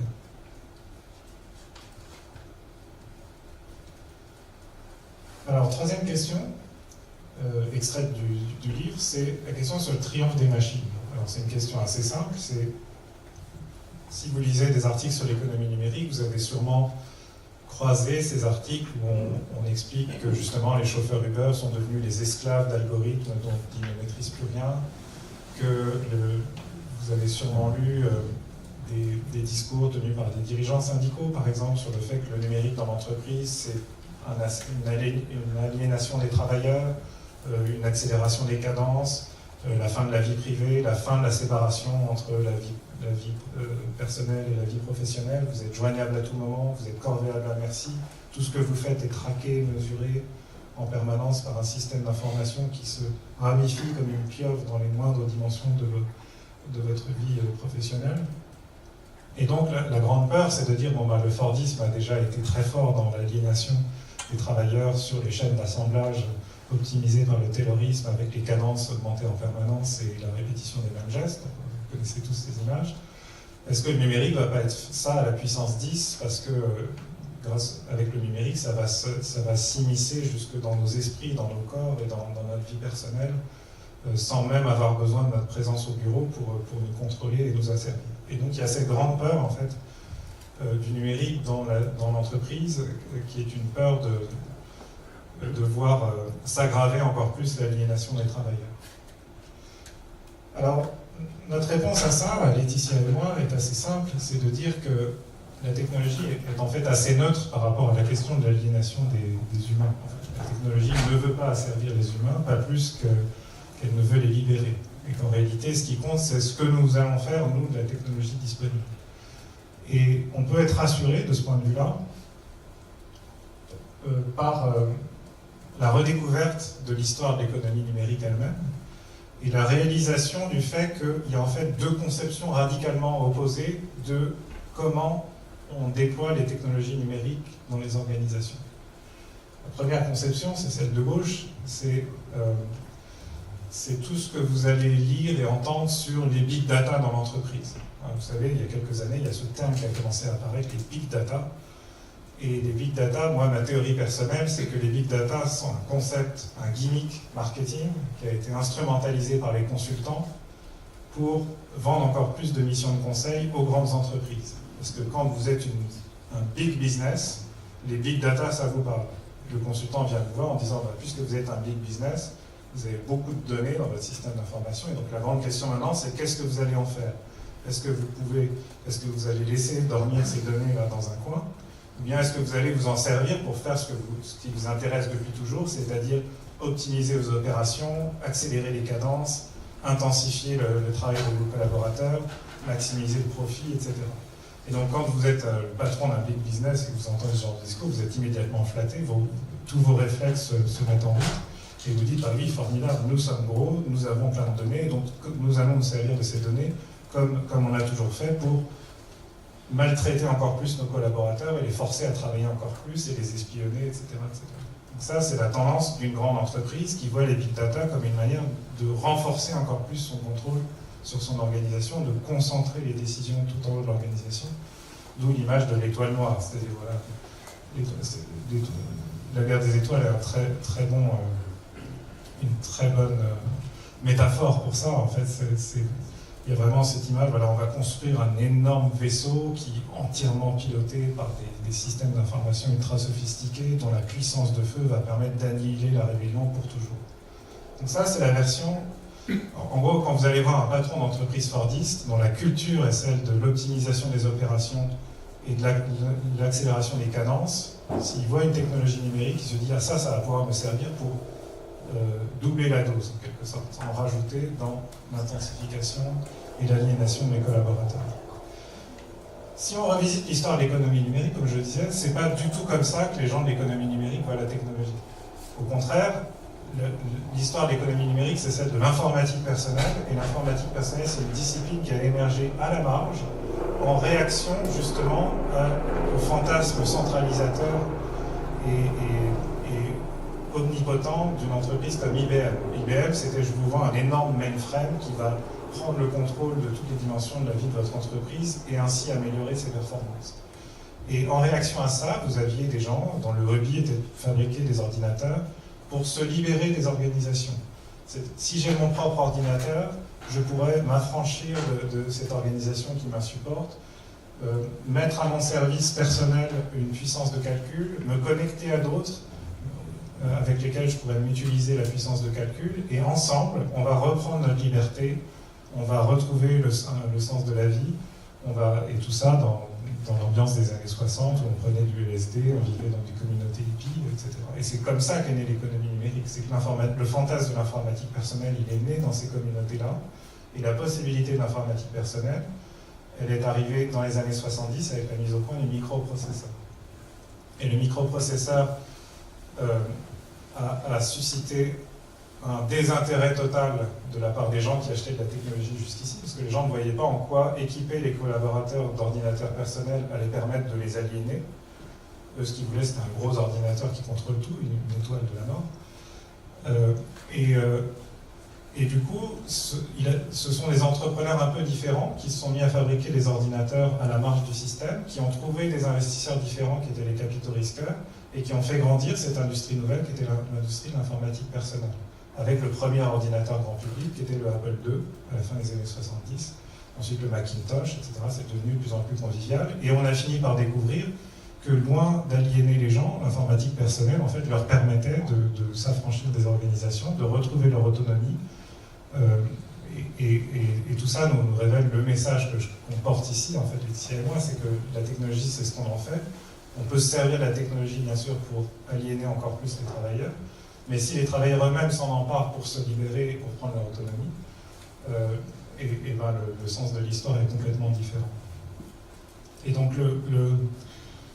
tout ça est conforté par le fait que quand on regarde les plus grandes entreprises numériques aujourd'hui, celles qui dominent cette économie numérique émergente, ce ne sont pas du tout des entreprises dont le métier est les big data à proprement parler, au sens des missions de conseil dont je parlais tout à l'heure. Ce ne sont pas des entreprises qui vont voir d'autres grandes entreprises pour leur vendre des solutions intégrées qui vont leur permettre de tout contrôler, de tout centraliser et d'espionner leurs collaborateurs. Ce sont des entreprises, au contraire, qui s'adressent directement aux individus, qui les servent bien, qui leur donnent les moyens d'interagir entre eux, de se connecter entre eux, d'allier leurs forces, et ensemble, les individus connectés les uns aux autres forment cette multitude dont la puissance est supérieure à celle des organisations.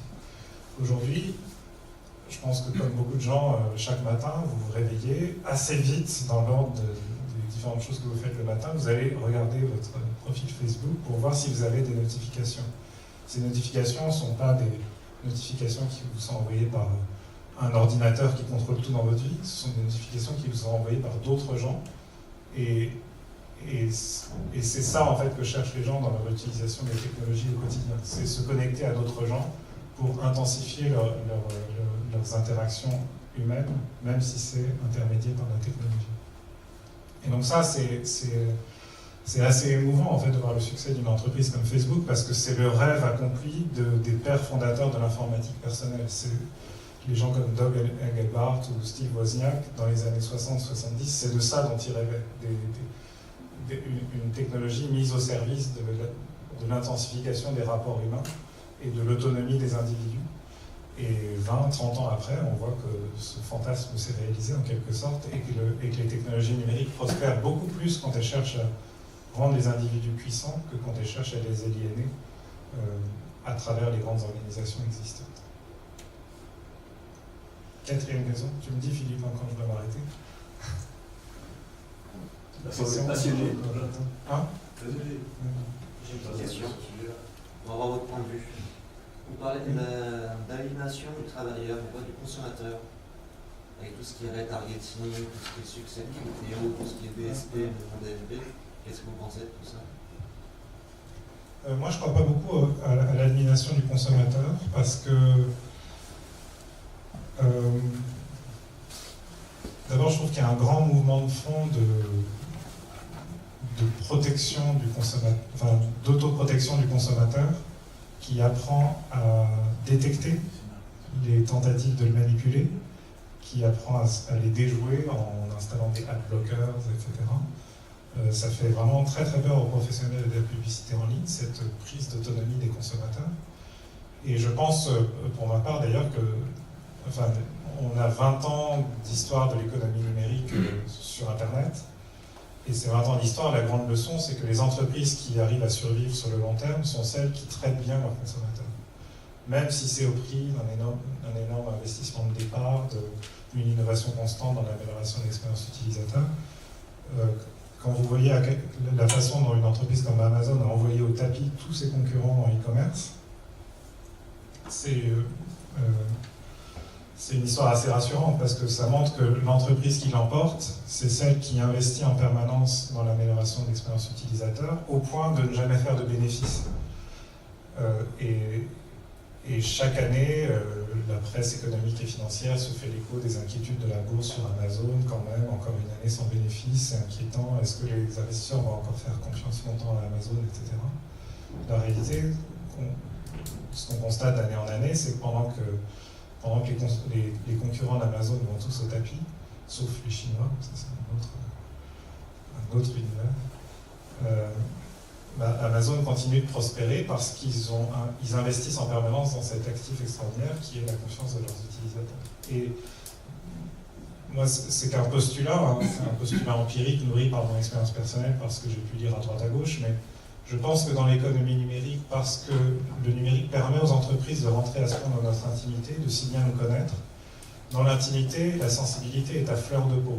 Et quand vous admettez une entreprise dans votre intimité, parce que vous lui abandonnez vos données personnelles, vous lui apprenez beaucoup de choses sur vous, votre sensibilité sur la façon dont cette entreprise vous traite est infiniment plus aiguisée que la relation que vous allez avoir avec une entreprise traditionnelle maintenue à distance. Et du coup, si l'entreprise commence à vous manipuler avec du retargeting tordu, vous allez le sentir en fait. Et au bout d'un moment, vous allez commencer à vous détourner, et l'entreprise va deviner que vous vous détournez parce qu'elle observe tout. Et du coup, elle va corréler ça au fait qu'elle a un peu abusé des techniques de retargeting, et elle va corriger le tir en apprenant à mieux vous traiter à nouveau. Donc c'est à l'entreprise de trouver un juste milieu dans la relation de proximité. Oui, mais sinon la sanction, c'est la désertion des clients en fait. C'est que les clients ne supportent pas. Pour une entreprise qui vous maltraite, il y en a 10 qui vous proposent de bien vous traiter. Et donc quand vous êtes dans ce type de rapport de force, vous ne pouvez pas vous permettre de commencer à maltraiter vos clients, parce qu'il y en a 10 autres qui attendent que ça pour venir vous les piquer en quelque sorte. En tout cas, si le marché n'est pas trop réglementé. Parce que s'il est très réglementé, comme le marché bancaire, là les banques peuvent continuer de vous maltraiter à coups d'agio, de frais bancaires, d'ordre de virement non passé, non exécuté, etc. Parce qu'elles savent bien que vous ne pouvez pas partir ailleurs. Mais le jour où vous pouvez partir ailleurs, comme c'est en général le cas dans l'économie numérique, l'entreprise est obligée de s'aligner sur vos intérêts. Oui. Sur les machines et les travailleurs, je pense qu'on a tous envie de se convaincre que la technologie c'est forcément bien pour les travailleurs. Quand on voit que Uber ou même Amazon peut automatiser plein de choses qui sont aujourd'hui faites par les travailleurs, on peut se demander est-ce que demain les travailleurs vont continuer à être là ou est-ce qu'ils vont être remplacés? En question, qu'est-ce que vous en pensez là-dessus?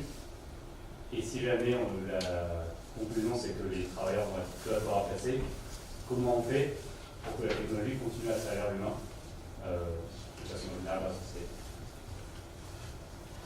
Alors, moi j'essaie de tirer le débat dans l'autre sens. C'est-à-dire, comme tout le monde nous annonce que tous les emplois vont disparaître, qu'on va tous être remplacés par des robots et des logiciels, moi j'ai toujours un scepticisme. Enfin, les Américains disent contrarian, j'aime bien porter la contradiction, donc j'essaie plutôt de trouver des raisons pour lesquelles en fait on pourrait créer plein d'emplois grâce à la technologie. Et quand on creuse un peu cette question-là, on finit par découvrir que les rapports beaucoup plus complexes entre la technologie et l'emploi. La technologie permet d'automatiser un certain nombre de tâches qui jusqu'ici étaient exécutées par des humains, mais de façon routinière. Et donc la technologie a fait disparaître les emplois routiniers, qui sont les emplois d'ouvriers à la chaîne, d'ouvriers qualifiés dans les usines, et les emplois d'employés de bureau, qui traitent du papier de façon routinière. Ça nous fait tous très peur, à juste titre, parce que ces emplois, les ouvriers qualifiés dans les usines et les employés de bureau, c'est le cœur de la main-d'œuvre, en fait. Les classes moyennes sont entièrement instanciées par ces métiers-là. Et donc, quand on les voit disparaître en premier, on a l'impression que c'est la société entière qui s'effondre, parce que les seuls emplois qui restent, c'est les emplois non routiniers très qualifiés en haut de l'échelle des revenus, et les emplois non routiniers très peu qualifiés en bas de l'échelle des revenus, qui sont tous les emplois de service à la personne, au sens large, c'est-à-dire dans la restauration, l'hôtellerie, la garde d'enfants, l'aide aux personnes âgées, etc. Et donc c'est très effrayant pour les gens des classes moyennes, parce qu'ils se disent, oh là, je vais devoir choisir mon camp, soit je suis qualifié, et donc je rejoins le monde des managers créatifs, financiers, etc. Soit je ne suis pas qualifié, et donc je vais basculer dans cet enfer du travail qui est le monde des services à la personne, où les gens travaillent au noir, payés au lance-pierre, maltraités par leurs employeurs, etc., etc. La vraie question, c'est... la réponse moi, que j'apporte, c'est oui, les emplois de demain seront dans les services à la personne. Mais rien ne nous oblige à traîner ce secteur des services à la personne comme un secteur où on traite aussi mal les travailleurs, en fait. On pourrait déployer pour ces travailleurs des infrastructures numériques qui leur permettent d'être plus productifs. Parce qu'ils seront plus productifs, qui rendront un service de meilleure qualité, ce sera légitime de plus les payer. Donc ils sont plus scotchés au SMIC, voire moins. Ils commenceront à gagner plus d'argent, à monter dans l'échelle des revenus. On peut aussi tenir compte du fait que dans ces métiers-là, les emplois, on change plus souvent d'employeur, on n'est pas toute sa carrière dans la même entreprise. Et donc, il faut aménager des institutions de protection sociale qui tiennent compte de cette volatilité des carrières professionnelles pour sécuriser ces employeurs, même s'ils changent, ces employés, même s'ils changent souvent d'employeur. Et enfin, il faut réaliser une dernière chose qui est, à mon avis, l'obstacle le plus important. Il y a deux dernières raisons pour lesquelles on ne crée pas ces emplois, alors qu'on pourra en créer plein, qu'il y a d'énormes besoins. Première raison, c'est le marché du logement. Un sujet intéressant pour le Bouygues Immobilier. C'est qu'un ouvrier dans une usine, il peut habiter loin, à la périphérie, parce que l'enjeu pour lui, c'est d'habiter près de l'usine. Or, les usines, elles ont plutôt tendance à être installées en zone périurbaine, voire à la campagne. Du coup, c'est assez facile pour l'ouvrier de se loger à proximité de son travail. Quelqu'un qui travaille dans le secteur des services à la personne, il ne peut pas habiter loin. Il doit habiter en zone urbaine, là où sont ses clients. Vous ne pouvez pas faire de la garde d'enfants si vous habitez à des dizaines de kilomètres de l'enfant que vous devez garder. Vous ne pouvez pas faire être serveur dans la restauration si vous habitez à des dizaines de kilomètres de là où sont les touristes et les clients qui viennent fréquenter le restaurant. Donc, il y a un enjeu de marché du logement. Comment faire pour aider ces gens-là à se loger là où on a besoin d'eux et ainsi faciliter la création de ces emplois. La deuxième raison pour laquelle on ne crée pas ces emplois, c'est en général la réglementation. Et donc, on revient à ce que je disais tout à l'heure sur déblayer le terrain pour les entrepreneurs. L'une des raisons pour laquelle les entrepreneurs ne créent pas tous ces emplois qu'ils pourraient créer dans les services à la personne, c'est parce qu'on leur interdit en général de le faire. Parce qu'on vit encore sur l'idée reçue que pour exercer tel métier, il faut avoir telle qualification. Et on n'a pas intégré dans ces modèles juridiques le fait que la technologie prend en charge une partie de la qualification et permet de faire la même chose à des gens beaucoup moins qualifiés qu'avant. Exemple, dans la santé, il y a plein d'actes qui aujourd'hui sont réservés aux médecins, qui pourraient être accomplis demain, ou aujourd'hui même, par des infirmiers et infirmières, assistés par des logiciels et par des robots. Le problème, c'est que le droit dit tel acte est obligatoirement pratiqué par un médecin. Et donc, comme un médecin coûte cher puisqu'il se forme pendant 10 ans, du coup, l'acte coûte cher. Et du coup, ça crée des phénomènes de file d'attente et de raréfaction des ressources, qui fait que les gens sont mal soignés après des longs délais d'attente par un médecin qui coûte très cher. On pourrait remplacer 10 médecins par 100 infirmiers qui traiteraient beaucoup plus de patients de bien meilleure façon, assistés par de la technologie. Le problème, c'est que le droit l'interdit. Et le jour où vous mettez sur la table changer le droit pour faire pratiquer certains actes par des infirmiers ou infirmières, vous avez le lobby des médecins qui va se dresser pour dire « Mais non, c'est un scandale, parce que nous avons fait 10 ans d'études, nous sommes les seuls habilités à pratiquer ces actes, etc. » Voilà. Donc, si vous faites la somme de tous ces obstacles, le fait qu'on n'a pas une protection sociale adaptée, le fait qu'il y a des problèmes d'accès au logement, le fait qu'il y a des règles de droit qui interdisent la création de ces emplois, c'est assez rassurant en fait. Ça veut dire que si on règle ces trois problèmes, tout d'un coup on va pouvoir créer tous ces emplois et recréer une classe moyenne non plus dans le monde des ouvriers qui travaillent à l'usine, mais dans le monde des personnes qui travaillent dans les services à la personne. Je m'arrête là. Quelques minutes. Je passe vite, juste pour vous donner un aperçu des données à la question que je voulais évoquer, mais tout est dans le livre, vous pouvez l'acheter et le lire plus en détail, et certains de ces chapitres sont même disponibles en ligne sur Medium. Alors, l'un des sujets qu'on a voulu traiter, parce que c'est important, c'est est-ce que le numérique est un univers profondément misogyne? Pourquoi y a-t-il si peu de femmes dans le numérique, si peu de femmes dirigeantes d'entreprises numériques, si peu de femmes ingénieurs dans l'économie numérique?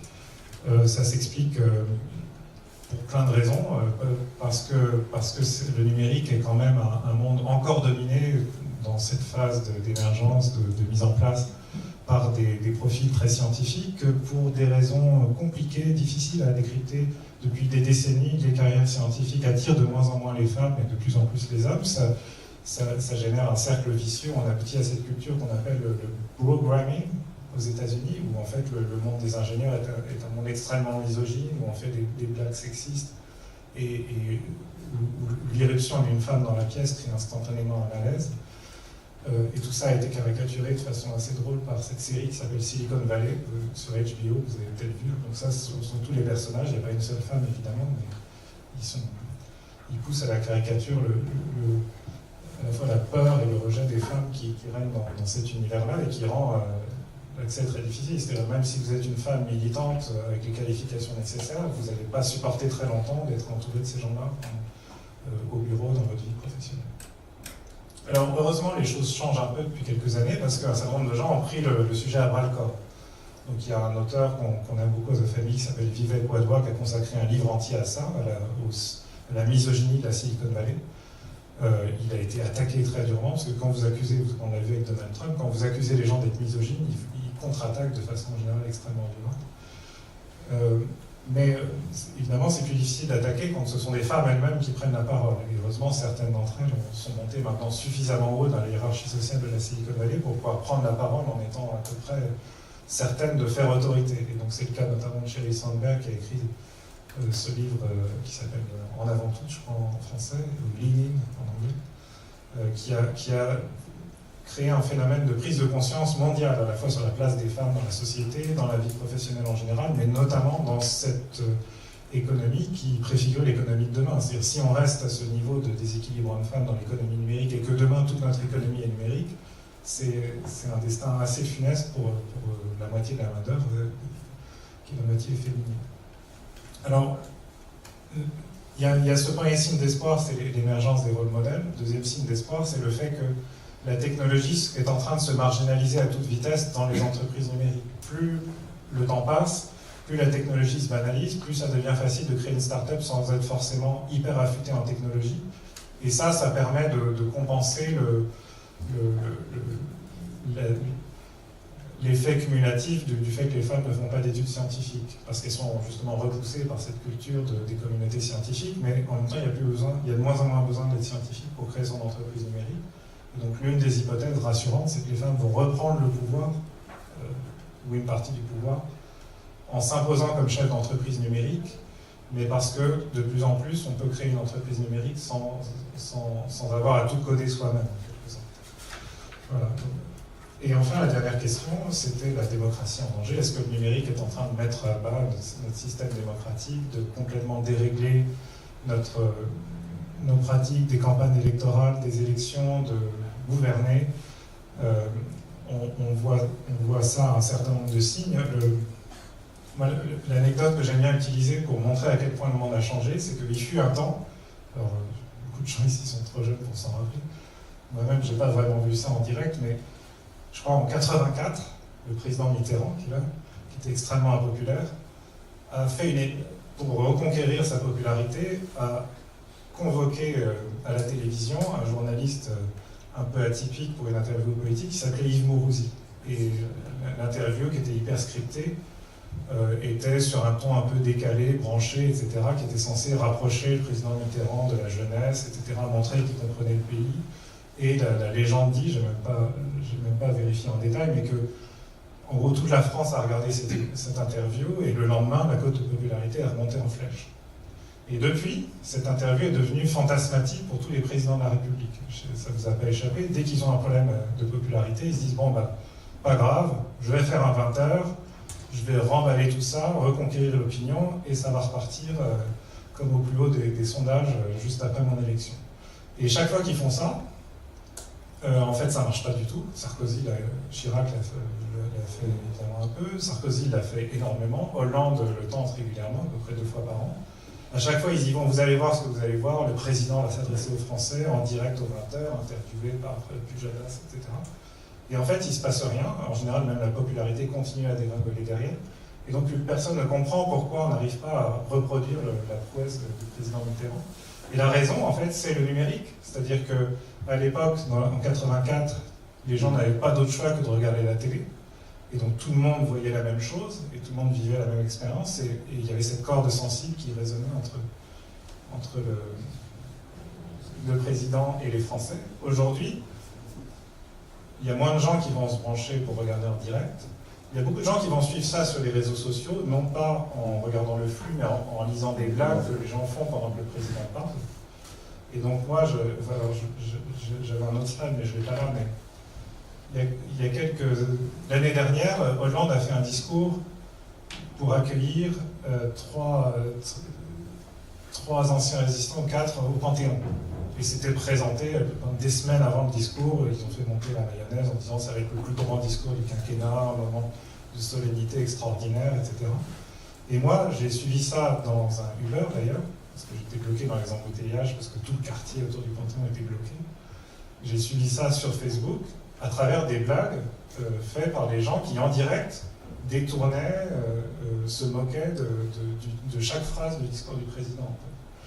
Et donc, quand votre seule manière de vous adresser aux Français, c'est de passer par ce fil de gens qui détournent votre parole, qui vous caricaturent, qui se moquent de vous, qui vous insultent, et que c'est cette information-là qui va jusqu'aux Français, bah, ça fait peur parce qu'on a l'impression que la démocratie est déréglée, qu'il n'y a plus de lien privilégié entre les dirigeants, les candidats, les élus, et le peuple qui les a élus.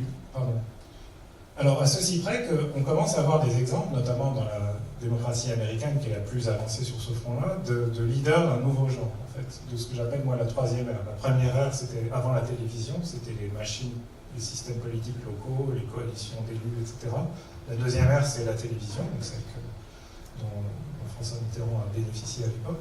La 3e ère, c'est une ère où la télévision n'opère plus comme canal de communication descendant, c'est une ère où il faut connecter directement avec chaque individu à travers les réseaux sociaux, en s'appropriant ces nouveaux outils.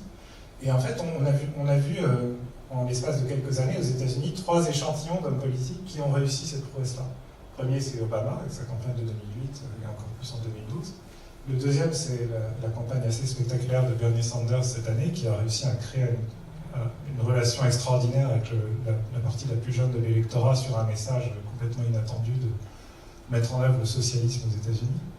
Et le troisième, c'est Donald Trump, c'est-à-dire Donald Trump qui, comme vous le savez peut-être, a fait l'essentiel de sa campagne sur Twitter, en tout cas au début, ce qui lui a permis de dépenser pas un sou ou très peu d'argent pendant les primaires, parce que pendant que les autres achetaient à tour de bras de la publicité à la télévision, lui, il envoyait un tweet outrageant ou insultant, et ça lui faisait immédiatement énormément de couverture média, et puis les électeurs qui l'appréciaient se disaient « Ah oui, lui au moins il dit ce qu'il pense, enfin quelqu'un qui parle, qui dit tout haut ce qu'on pense à voix basse, etc. » Et en fait, il n'a pas cessé de démontrer son extraordinaire maîtrise de l'espace médiatique.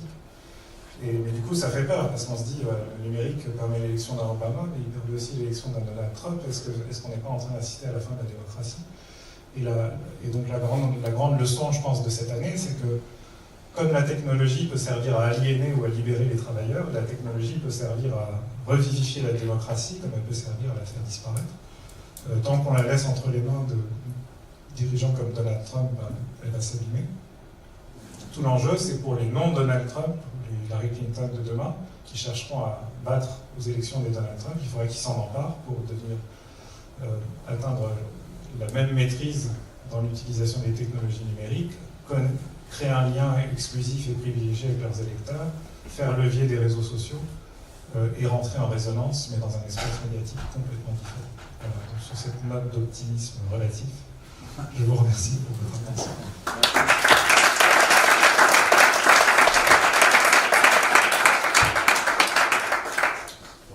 Merci Nicolas. Un grand merci pour cette belle prestation, cette belle présentation. Je rappelle qu'il reste donc 20 questions sur les 25, donc vous pouvez revenir la semaine prochaine, ou tout simplement lire le livre, et voilà. Je pense que c'est la meilleure solution, et puis surtout ça générera en permanence chez les uns, chez les autres, et puis on est là également pour partager plein de questions, et j'espère aussi quelques réponses. Merci beaucoup en tout cas Nicolas, pour cette venue, cette présentation enthousiaste, et puis n'hésitez pas à passer un moment, échangeons, on est là aussi pour continuer cet échange. La suite des événements avec Christian. Alors, la suite, c'est le 13 décembre, on reçoit, on a beaucoup parlé d'expérience client, on reçoit Inès Poli et Christophe Rebourg qui ont écrit un livre aussi sur l'expérience, qui explique comment l'expérience à la fois client et collaborateur peut faire gagner les entreprises, avec des tas d'exemples, comme toi tu en as pris sur le numérique. Donc ça, c'est le 13 décembre. Au mois de janvier, on reçoit le directeur général de LinkedIn France. Je crois que vous utilisez tous LinkedIn. Donc il viendra nous expliquer comment on peut utiliser cet outil-là pour encore faire plus de business. On parle de social business, donc il viendra nous expliquer quels sont les leviers pour aller encore plus loin avec LinkedIn. Voilà. Merci encore Nicolas de ton temps. Merci bien.